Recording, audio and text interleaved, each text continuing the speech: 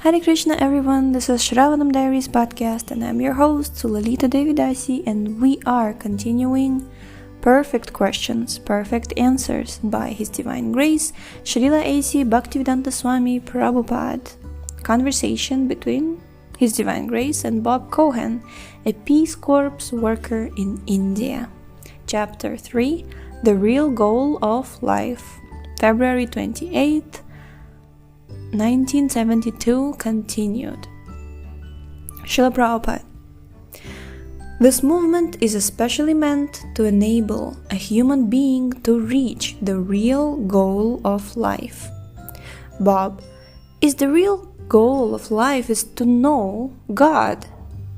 Śrīla Prabhupāda. Yes. To go back home, back to Godhead. This is the real goal of life. The water that comes from the sea forms clouds. The clouds fall down as rain, and the actual goal is to flow down the river and again enter the sea. So we have come from God, and now we are embarrassed by material life. Therefore, our aim should be to get out of this embarrassing situation and go back home, back to Godhead. This is the real goal of life. Mamupetya punarjanma dukhalayam ashashvatam napnuvanti mahatmana samsiddhim paramam gata. This is the version of Bhagavad-gītā.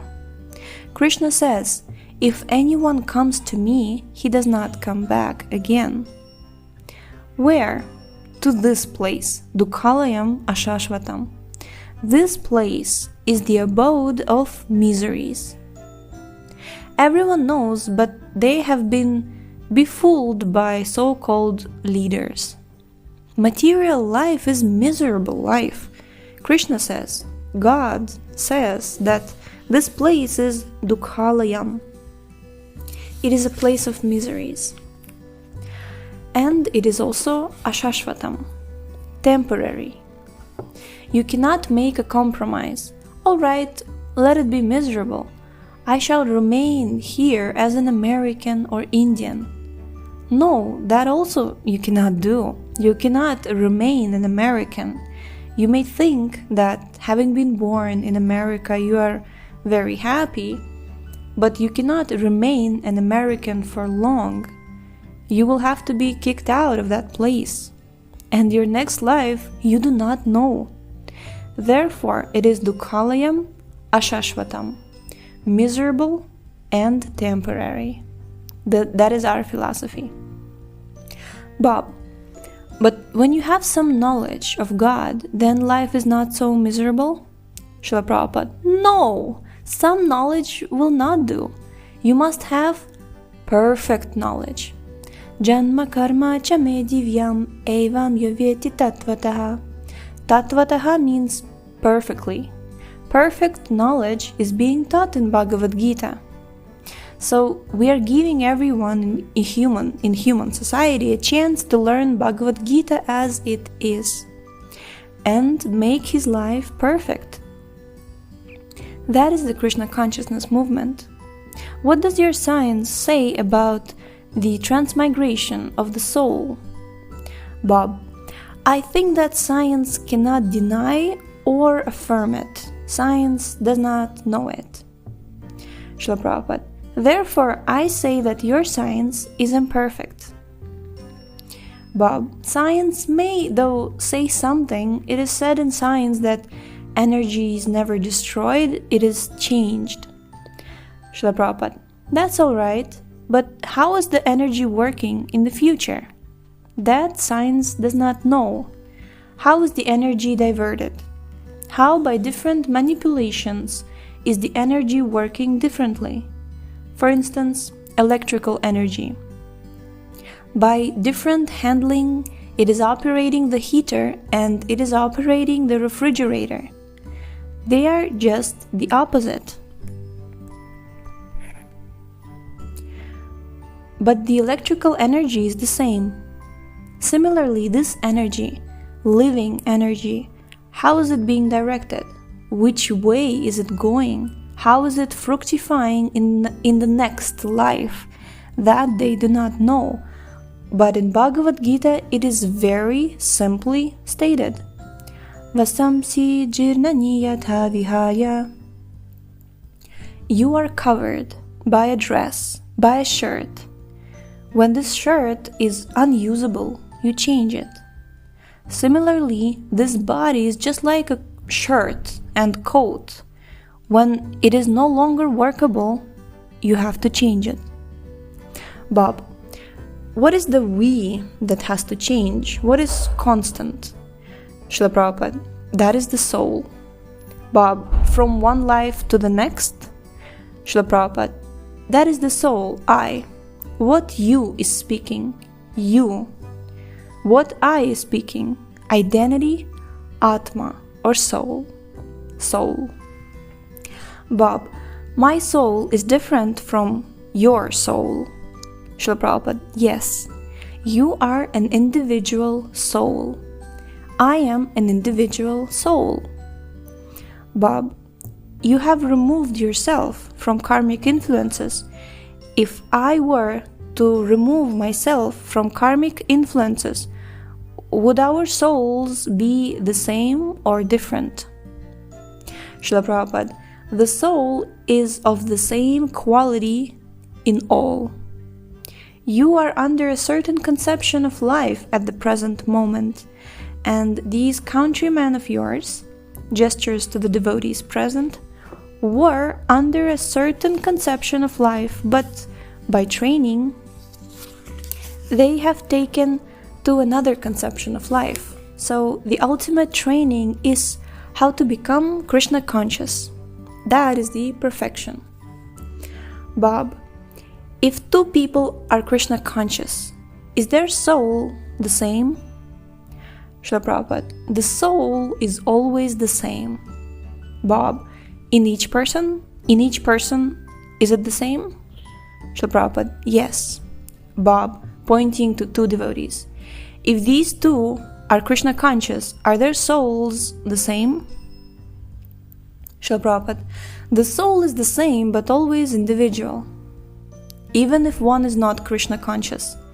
For instance, you are a human being and I am a human being. Even if I am not a Christian, even if you are not a Hindu, still we are human beings. Similarly, the soul may not be Krishna conscious, or he may be Krishna conscious. It doesn't matter, but the soul is the soul. Bob, can you tell me more about this? Śrīla Prabhupāda, soul as pure spirit, all souls are equal, even in an animal. Therefore, it is said, Pandita Samadarshana. Those who are actually learned do not see the outward covering, either in a human being or in an animal. Bob, if I may ask another question on this? Śrīla Prabhupāda, yes. Bob, I have considered the soul somewhat as part of God. At times I think I feel God. I'm here and you may say God is here. So if the soul is inside me, then should I be able to feel God inside me? Not all of God, but Śrīla Prabhupāda, part of God? Bob, but I don't feel God in me, but God may be there, here, separate from me. But should I be able to feel God inside me, since my soul is part of God?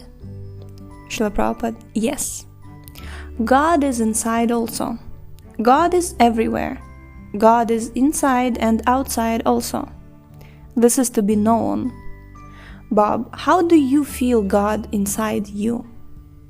Śrīla Prabhupāda, not in the beginning, but you have to know from the śāstras, scriptures, by the Vedic information. For example, in the Bhagavad-gītā it is said, īśvaraḥ sarva-bhūtānāṁ hṛd-deśe rjuna tiṣṭhati. God is there in everyone's heart. Paramāṇu-cayāntara-stham. God is also within every atom. So, this is the first information. And then by the yogic process, you have to realize it. Bob, yogic process? Śrīla Prabhupāda, yes. Bob, is chanting Hare Krishna such a yogic process? Śrīla Prabhupāda, yes, it is also a yogic process. Bob, what kind of yogic process must I do to find out, to feel this information, to feel the soul inside? Śrīla Prabhupāda, yes, there are many different yogic processes, but for this age, this process is very nice. Bob, chanting? Śrīla Prabhupāda, yes. Bob, through this I can feel not only God outside, but God inside. Śrīla Prabhupāda, you'll understand everything of God. You'll understand everything of God. How God is inside, how God is outside, how God is working, everything will be revealed. By this attitude of service, God will reveal Himself. You cannot understand God by your endeavor. Only if God reveals Himself. For instance, when the sun is out of your sight at night, you cannot see it by your torchlight or any light. But in the morning, you can see the sun automatically without any torchlight. Similarly, you have to create a situation, you have to put yourself in a situation in which God will be revealed. It is not that by some method you can order God, come, I will see you. No, God is not your order supplier. Bob, you must please God for Him to reveal Himself, is that correct? Śrīla Prabhupāda, yes. Shyamasundara, how do we know when we are pleasing God? Śrīla Prabhupāda, when we see Him, then you will understand. Just as when you eat, you do not require to ask anyone whether you are feeling strength or your hunger is satisfied. If you eat, you understand that you are feeling energy. You don't need to inquire from anyone. Similarly, if you actually serve God, then you will understand. God is dictating to me. God is there. I am seeing God. Shyamasundara, or God's representative. Śrīla Prabhupāda, yes. Shyamasundara, it comes easier. Śrīla Prabhupāda, you have to go through God's representative. Yasya prasadat bhagavat prasada. If you please God's representative, then automatically God becomes pleased, and thus you can directly see Him. Bob, how can we please God's representative? Śrīla Prabhupāda, you have to carry out His orders.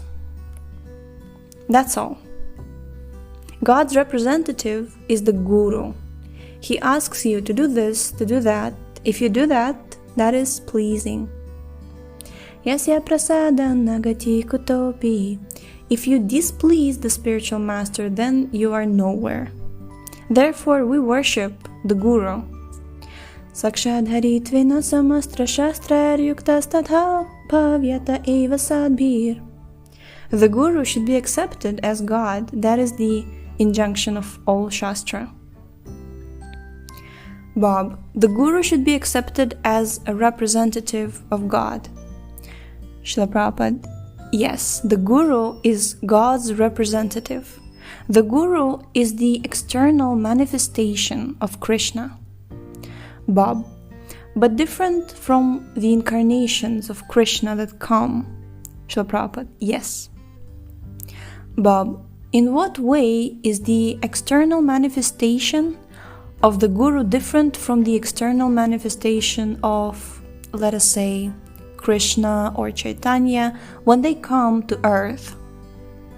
Śrīla Prabhupāda, the Guru is the representative of Krishna. So there are symptoms of who is a Guru. The general symptoms are described in the Vedas. Tadvigyanartham sagurum eva bhigachet samitpani shrotriyam brahmanishtham. A Guru must come in a disciplic succession. and he must have heard thoroughly about the Vedas from his spiritual master. Generally, a guru's symptom is that he is a perfect devotee, that's all, and he serves Krishna by preaching his message. Bob, Lord Chaitanya, he was a different type of guru than you are. Śrīla Prabhupāda, no, gurus cannot be of different types. All gurus are of one type. Bob, but he was he also an incarnation at the same time? Śrīla Prabhupāda, yes, he is Krishna himself, but he is representing the guru. Bob, I see. Śrīla Prabhupāda, yes. Bob, and then Śrīla Prabhupāda, because Krishna was God, he demanded, sarva-dharman parityajya mam ekam sharanam vraja. Quote, abandon all varieties of religion and just surrender unto me, unquote. But people misunderstood him. Therefore, Krishna again came as a guru and taught people how to surrender to Krishna. Shyamasundara, doesn't Krishna say in Bhagavad-gītā, I am the spiritual master? In quotes, Śrīla Prabhupāda, yes, he is the original spiritual master because he was accepted as spiritual master by Arjuna. So what is the difficulty? Shishyasteham shadhimam tvam prapanam. Arjuna told the Lord, I am your disciple and the soul surrendered unto you. Please instruct me. So unless Krishna is a spiritual master, how does Arjuna become his disciple?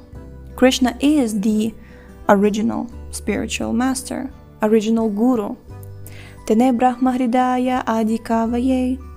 Quote, it is he only who first imparted Vedic knowledge unto the heart of Brahma, the first created being.